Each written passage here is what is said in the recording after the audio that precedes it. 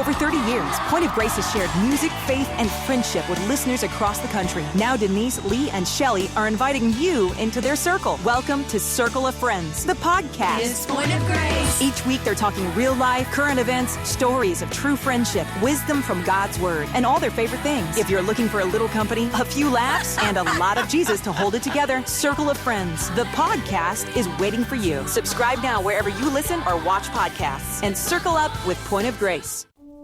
Welcome to Timeless Wisdom with Dennis Prager. Hear thousands of hours of Dennis's lectures, courses, and classic radio programs. And to purchase Dennis Prager's Rational Bibles, go to DennisPrager.com.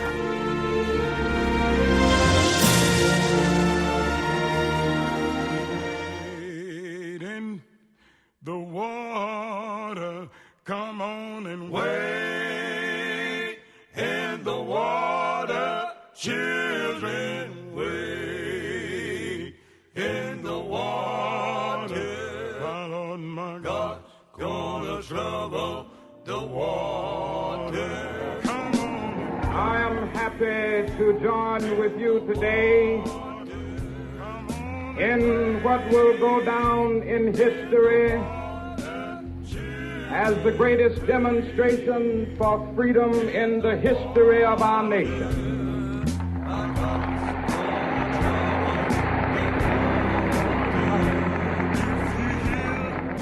So even though we face the difficulties of today and tomorrow, I still have a dream.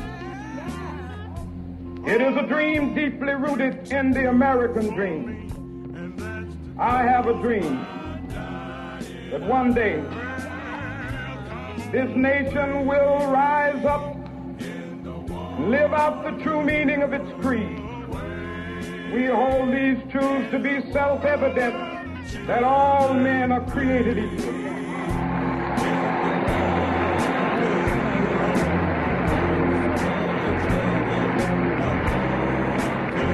I have a dream that one day on the red hills of Georgia, sons of former slaves and the sons of former slave owners will they be able to sit down together at the table of brotherhood. I have a dream. My poor little children, one of the great speeches in American where history. they will not be judged by the color of their skin, but by the content of their character. I have a dream today.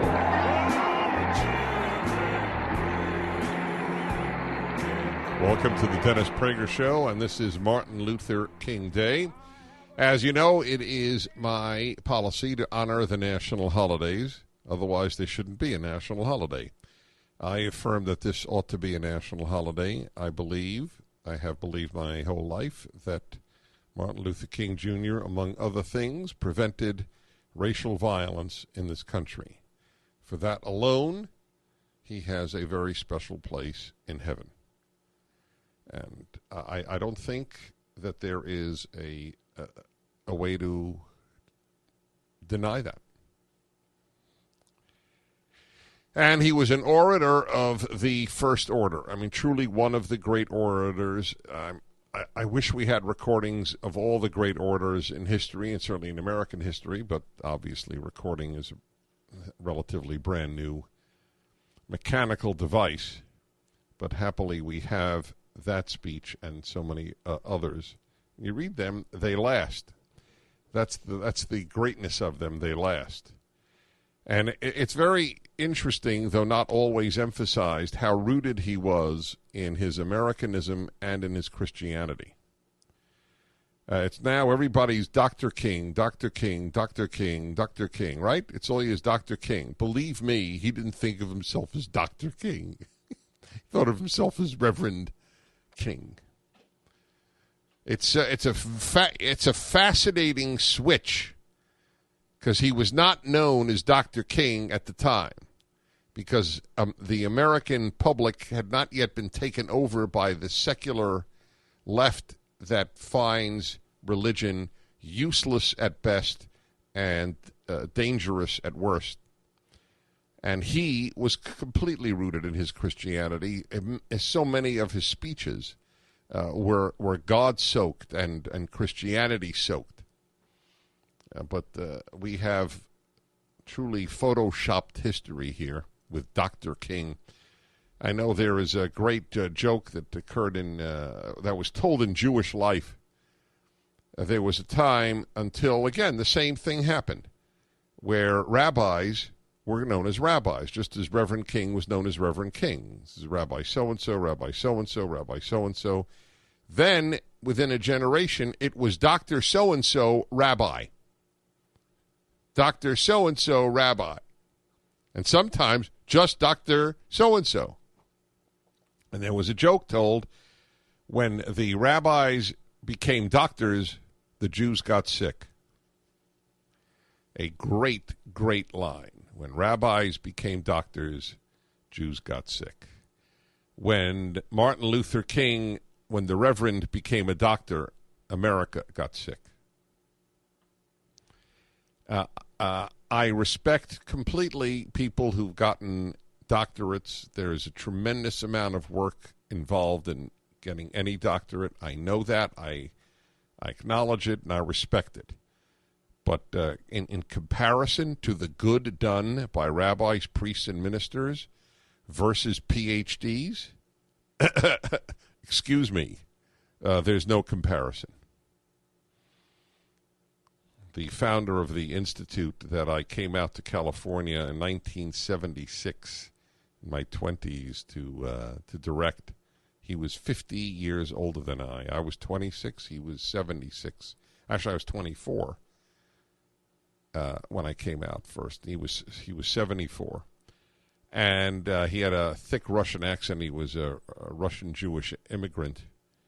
And he would say regularly in his speeches, "You know, it is very possible to be a PhD and an SOB."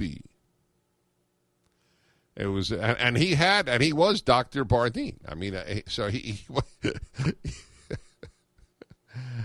and so forgive me for referring to him as the Reverend King. I don't really give a hoot if he got a PhD. I'm sure it was a sweet day for him, but it's not what animated him. He did not do what he did because of his PhD. He did what he did because he was a reverend. This is all lost in the way things are taught today and the emphasis on this whole notion of doctor. Anyway, a good day to you. I marvel on a day like this, on a totally separate issue. I marvel at the lack of traffic on the freeways, as we call them in Southern California and Northern California, for that matter. On the freeway today, we just zoomed. All of us who were on the roads just zoomed. It was great. And, of course, it could only mean one thing. The number of government workers is astonishing, right? Everybody else is working. The restaurants are open. Doctors are seeing patients. People are having business meetings. It's banks. I mean, it's not bankers, okay? The reason for the lack of traffic is not bankers and bank tellers. It's government workers, and not police and not firemen. They're at work as always. So we're talking about, it just gives you an idea of the vastness of the numbers of people who work for the government, and that is the desire of the Democrats to increase that number, and it has been. It's the only thing that's been increased. The only employment that's been increased under Barack Obama has been federal workers. It's unbelievable to have increased the number during this recession. It's unbelievable to increase the number without a recession. But remember something. It's a bought vote. Please understand that. It is as close to handing people cash for voting for a party as you can get. Vote for our party. We will give you money and give you a federal or state or municipal job. That's it. So the Democrats have not only they have no philosophical, and they have no selfish incentive to decrease the number of government employees. None. It only hurts them. They're not interested in prosperity. They're interested in equality. So you could say, well, but everybody knows that the more people employed in the private sector, the better it is for the economy. But it's irrelevant. It's like telling somebody on the equator how to shovel snow. They're not interested. The left is as interested in prosperity as people at the equator are in snow shovels. There's one for you. And I mean it literally. The left has never been interested in prosperity, nor has it ever brought it about. The left is interested in material equality. I've said this often. I will say it often because it applies regularly. So the freeways are empty today, relatively so, because of all the government workers. You think we need them all? And I hate to say this because I don't want anybody listening or even not listening to lose a job. It bothers me terribly. So we're in a terrible quagmire here of constant hiring, and then our hearts break at anybody being let go. But at some point, my friends, we cannot sustain this number. 1-8-PRAGER-776, The Dennis Prager Show. This episode of Timeless Wisdom will continue right after this.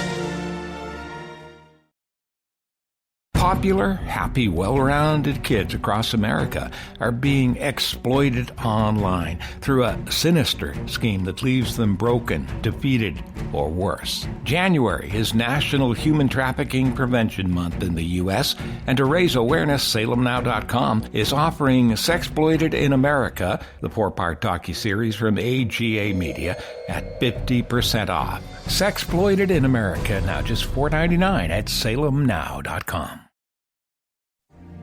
Now, back to more of Dennis Prager's Timeless Wisdom.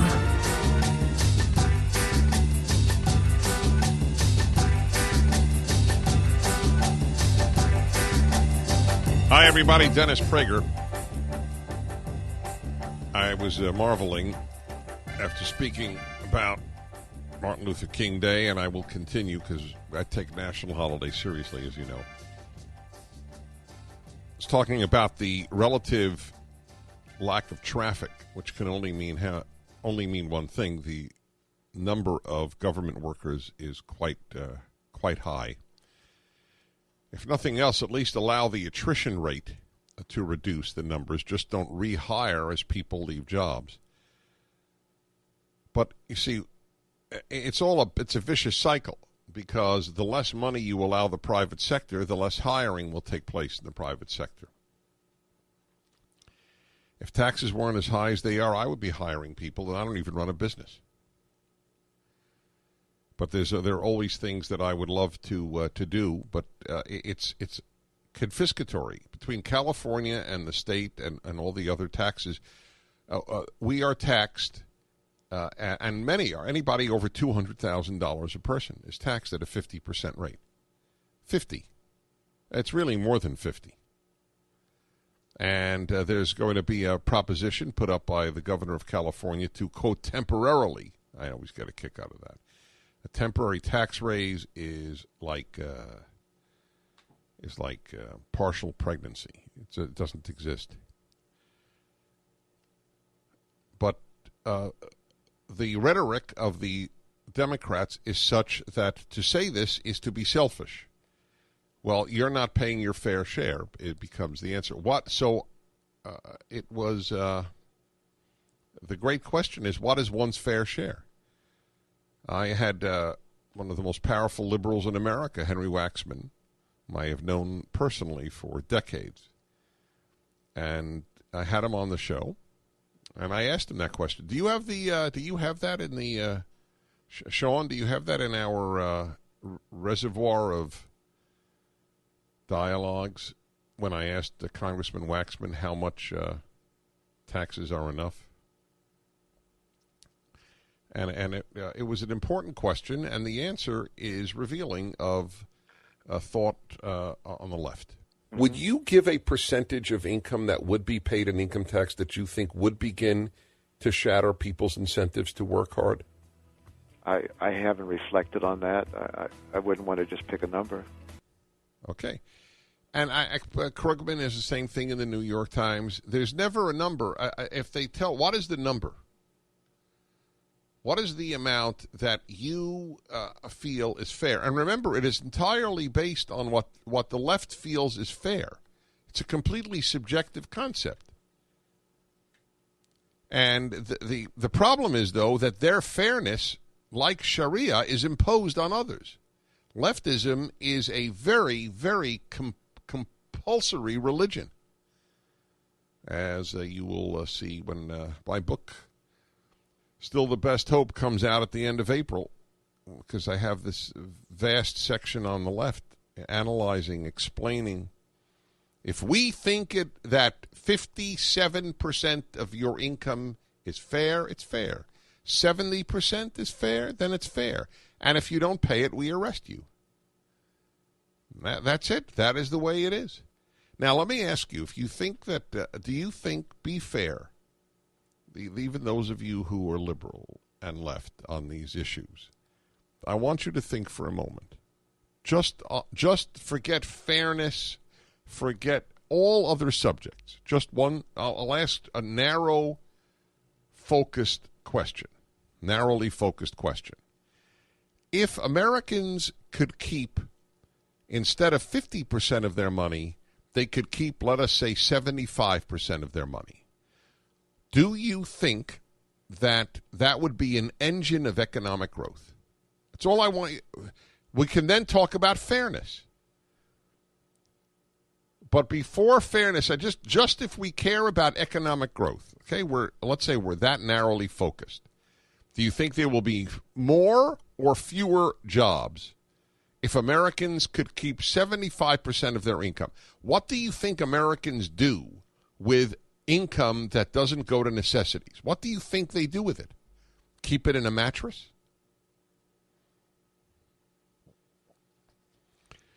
All right, 1-8-Prager-776, and let's see here. Our Philadelphia caller hung up, and he had a thought on this. Maybe you could get back in. In the meantime, let's go to Dallas and Juan. Hello, Juan. Dennis Prager. Hi. Hey, Dennis. Dennis, how you doing? Great, thanks. I remember watching you back on Crossfire when you were filling for Buchanan. Really, I did?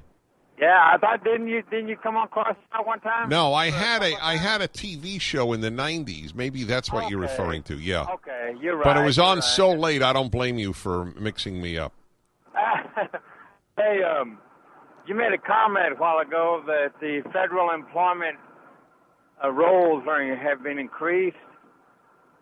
Yes. Right. All right. I went to a job fair here in Dallas, and the IRS was there, and I was applying to be for a paralegal position, and they told me that there is a federal hiring freeze because simply that Reed and the others have failed to pass a budget. Well, they're right about Reed, but they're not. I mean, from what I know, the IRS was adding tens of thousands of agents. Well, have you talked to the department itself? No, but that's what I'm going to look into that. Anyway, why were they at a job fair if they had no jobs to offer? That's why I asked them.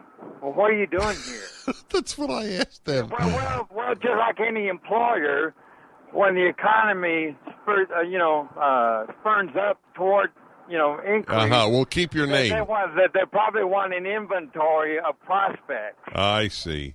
Okay, because everywhere I go, they're either taking applications or resumes, but they're not hiring. So right now, you still haven't gotten a job right now? Right. Well, what's your line of work, Juan? Well, I was a workers' comp specialist for Tenet Health Corporation. Uh-huh. I was a collector. I was collecting workers' comp insurance payments from workers' comp carriers, and also monitoring case status from attorneys who represented patients whose employers had no insurance. Well, it's certainly a specialized knowledge. I really wish you well, Juan. It breaks my heart because I really believe there's an answer to the problem of the Juans in our society, and it is a problem. It is a tragedy for both sexes to lose a job, obviously, but each sex reacts differently, as a general rule, to different things in life. And a man is more, his self-image and his sense of self is shaped by profession more than most women's lives are. It's not good or bad, it's just either true or false. And I believe it's true. So I'm truly sorry, and I think we have solutions, we who are called conservatives. Back in a moment, I'm Dennis Prager. This episode of Timeless Wisdom will continue right after this. Popular, happy, well-rounded kids across America are being exploited online through a sinister scheme that leaves them broken, defeated, or worse. January is National Human Trafficking Prevention Month in the U.S., and to raise awareness, SalemNow.com is offering Sexploited in America, the four-part docuseries from AGA Media, at 50% off. Sexploited in America, now just $4.99 at SalemNow.com.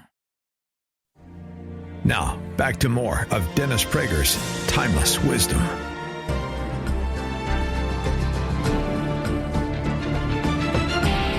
Hi, everybody. Dennis Prager here on this Martin Luther King Day show. Got some interesting calls. 1-8-PRAGER-776 is the number, and let's go to Paul in Philadelphia. Hi, Paul. Dennis Prager. Hi, it's an honor to talk to you. I really am inspired by a lot of what you say, but I think I do have something important to say. Two things. One, I'm a mailman, and most of my other fellow workers, they listen to the workers and say, I'll take the money. Democrats are better for the post office. Yes, but you're selling your soul and the soul of the future generations about the social moral issues. In other words, yeah, I'll be like a dog jumping for my family money selfishly and being controlled so you don't, take gay marriage and partial birth abortion.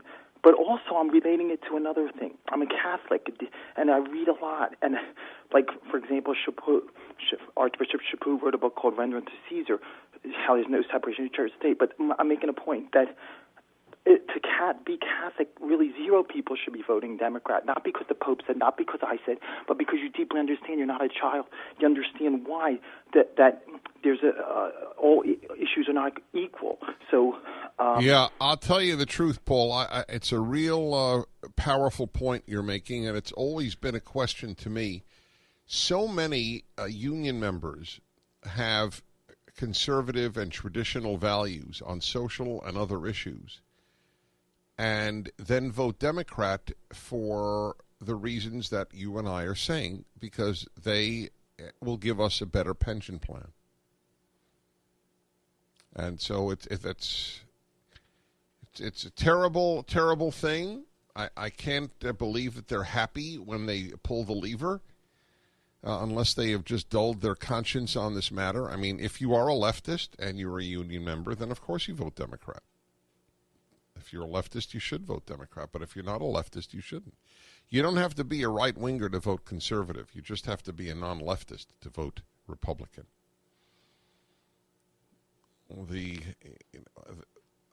It's so interesting because it's the media are run by folks on the left, that the Republicans are described as having been taken over by the far right. What does it mean to be far right? I mean, analyze the positions for a moment, what far right means. Lower taxes and smaller government is now far right? That's far right? What's moderate right? It's so dishonest. It's just a dishonest thing.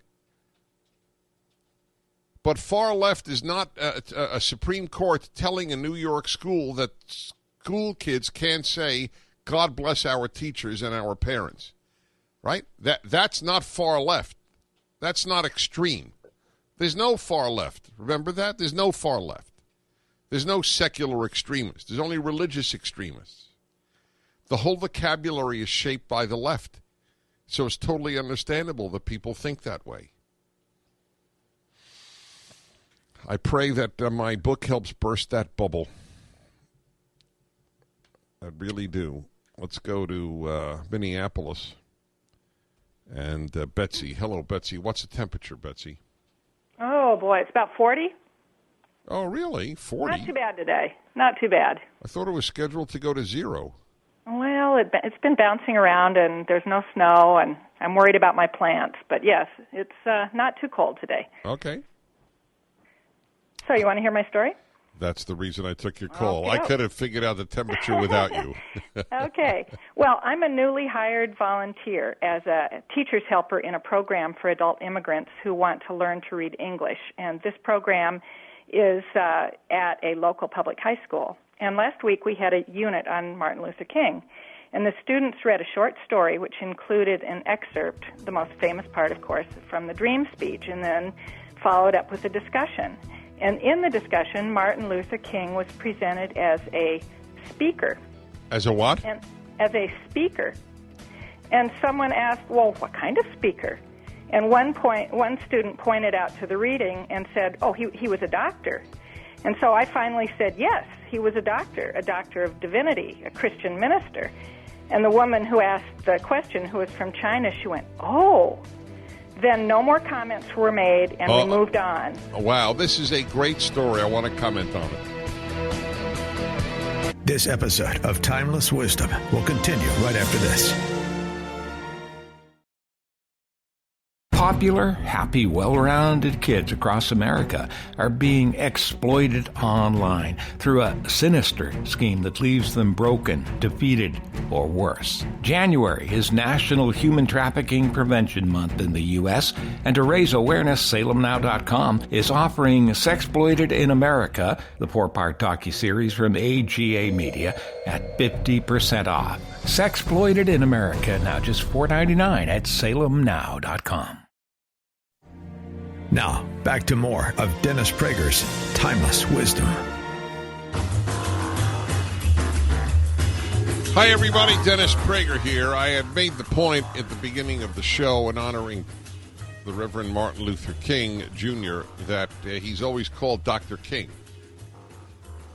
He was never called Dr. King not nearly as much, let's put it that way. Almost never. He was called the Reverend King during his time. He'd be shocked to know that people didn't even know he's a reverend today. You think he got his values from his doctorate or from his ordination? Why don't we give a tick-tock here, because it's going to take people a lot of time to think that through. You got it. That's correct. So Betsy teaches, let's get this straight here. Betsy in Minnesota, you teach immigrants, is that it? Well, I'm not a teacher. I am a volunteer who assists the teacher. Okay, fine. I'm just learning how to do it. So they were teaching about Martin Luther King to would-be immigrants to the United States. To adult immigrants. Adult immigrants, exactly. Yes, okay. This is through a local public high school. All right, that's fine. It's an added detail that was not critical, but I thank you for it. Now, I just want to review here. He was my favorite part of your story was when one student asked, what did he do? And it was said he was a speaker. Right. And that's was not written in here. And I'm trying to remember who said. But he was presented as a speaker. Yes, it's and then okay. Somebody said, well, what kind of speaker? A good speaker. And then this adult student said, well, she looked at the reading and she said, well, it says here he was a doctor. There you go. That's it. None of them knew. That's exactly it. The man has been de-Christianized and de-religionized and de-Godized. This is the secular left photoshopping of history. That's what it is. It's just like the photoshopping of history with God totally. It's fascinating. God is removed from the textbooks. Kids don't understand the utterly religious origins of the United States. Again, my forthcoming book will make it so clear, including Franklin and Jefferson, nonsense about their being deist. It's all fabricated history written by the secular left in the last generation. It was founded by God-centered people, including Jefferson and Franklin, to be a God-centered country. That you won't learn from textbooks. But starting this year, by law in California, the biggest purchaser of textbooks, you must, or you are fined. Your textbook will not be bought by California schools if there is not a section on the contributions of the transgendered and bisexuals to California and American history. See, it's done in increments so you don't realize what the left does to truth. God is out and the transgendered are in. I have nothing against the transgendered. I just want to make the point that God has played a bigger role in American history than the transgendered. I know that is a risky statement, and that the very articulation of it can set legal wheels in motion if it's said outside of radio. As I always say, I have far more freedom of speech inside my studio than the moment I step outside my studio. I'm allowed to say anything I want on air, but off air, if I said that to a coworker, God has played a bigger role in American history than the transgendered, I'm sure I would be brought up to personnel on some charges of a hostile work environment for Sean, for example. Not that Sean is transgender, just he is very sensitive on their behalf. And it's the law, and he's a law-centered man. What? My book is now listed on Amazon? I'm going to pre-order it. Probably get it faster from Amazon than my publisher. April 20 what? April 24th? That's bloody exciting. How much is it? So what is it, like list for 106 and you get it for 17? What does it list for? $26.99. Wow. Oh, I got the chills. They don't have a picture, do they? Of course not. The cover isn't even designed yet. I'll leave it to Amazon. They'll design their own cover. And then I'll tell my publisher, it looks good. Take Amazon's cover. You'll save money. The doctorization of Martin Luther King is so representative of what has happened. Michael, one of our many 14-year-old listeners in Ohio City, Ohio. Hi, Mr. Prager, are you there? I am here. 1 minute, just tell me something. I'm not familiar with Ohio City. I said Iowa City, Iowa. You're in Iowa City, Iowa, and our man wrote Ohio City, Ohio. 1 minute, he will now be disciplined. Okay. All right. You are going to learn to be more professional. That's what you're going to do. Okay, Michael, go ahead. Pleasure to talk to you, Mr. Prager. Thank you. First-time caller, even long-time listener, even though I'm young. Thank you. So, as a quick aside, I suggested you try to interview some of the candidates at the field strengths, especially Romney or Santorum, but I'm just going to get to my comment. I went to a Romney rally with my parents, and he gave a great speech about American values and freedom and earning your own stuff, and my dad said it was a speech you can imagine Reagan giving. And I know you have worries about Romney, and I do too, but you have a Prager University video about how actions matter, not intentions. And Romney could be a liar, but a liar who knows exactly what to say about conservative principles and the left, and a liar who knows... did you say liar? Did you say, oh, no, he's not a liar. I said he could be a liar. We don't know. Oh, I see. No, he isn't, and I am totally with you, Michael. I told you last week I went through a metamorphosis. I'm very open with my listeners. I had problems with Mitt Romney for 5 years, but now I read what he says. I listen to what he says. I believe he means it. I believe he has grown, and what he says is often now magnificent. Thank you, Michael. Hello, everybody. You're listening to the Dennis Prager Show, and you are invited to visit Prager University. Make that, please, a New Year's resolution. As you heard that 14-year-old, that makes me feel good. These 5-minute courses, you have no idea how many days, weeks are on a 5-minute course. It's easier to do an hour course than it is to do a 5-minute course. PragerUniversity.com. Dennis in Doylestown, Pennsylvania. Is that D as in Doyle's or B as in Boyles? D as in Doyle, as in dog. Gotcha. Okay, or in Dennis. How's that better? D as in Dennis. I like that. Happy New Year, Dennis. Thank you. I wanted to make, a quick point. Listen, tell your screener to check that message that goes on while you're on hold. It was a little vulgar. I don't know what happened, but it's an odd thing. Okay? Huh? Yeah. I understand what it was.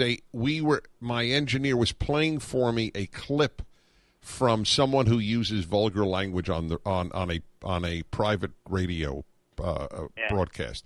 So you're the only one who ever heard it. So anyway, thank you. You're right. Go ahead. I was taken back a little by your statement. I have nothing against transgenders, and I know your faith, so I would think you'd have something against that behavior. There are two issues here with transgender. One is the person who changes sex, which I always call transsexual. With that person, I have no issue. I do have an issue, yes, and I've said it probably 100 times. I have a very real issue with a man, for example, who wears a dress in public. There you go. I absolutely do. And I remember I talked about, what was it, U.S. Air, the man who went on a bra and panties, and U.S. Air let him fly. I thought it was just part of the devolution of our culture. So I do. I don't like the public flaunting of sexual norms. Privately, it is your business, and a transsexual, that is somebody who is certain that he is in a she body and belongs in a he body, or she is in a she body and belongs in a he body. I have only sympathy for these people, for the pain that they must go through to truly be certain you're in the wrong body. But society has a right, too, to ask that while you are in that body, you appear accordingly. But there is no concept like that today. It is, if I want to do it, that's it. Society can go to hell. I am all that matters. And sexual matters. In financial matters, of course, you have no rights, or far fewer. Back in a moment.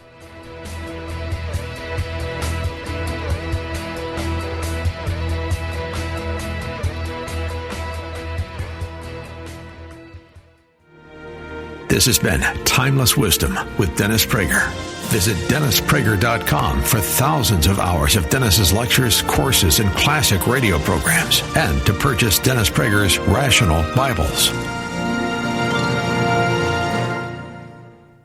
For over 30 years, Point of Grace has shared music, faith, and friendship with listeners across the country. Now Denise, Lee, and Shelley are inviting you into their circle. Welcome to Circle of Friends, the podcast. It's Point of Grace. Each week they're talking real life, current events, stories of true friendship, wisdom from God's Word, and all their favorite things. If you're looking for a little company, a few laughs, and a lot of Jesus to hold it together, Circle of Friends, the podcast, is waiting for you. Subscribe now wherever you listen or watch podcasts, and circle up with Point of Grace.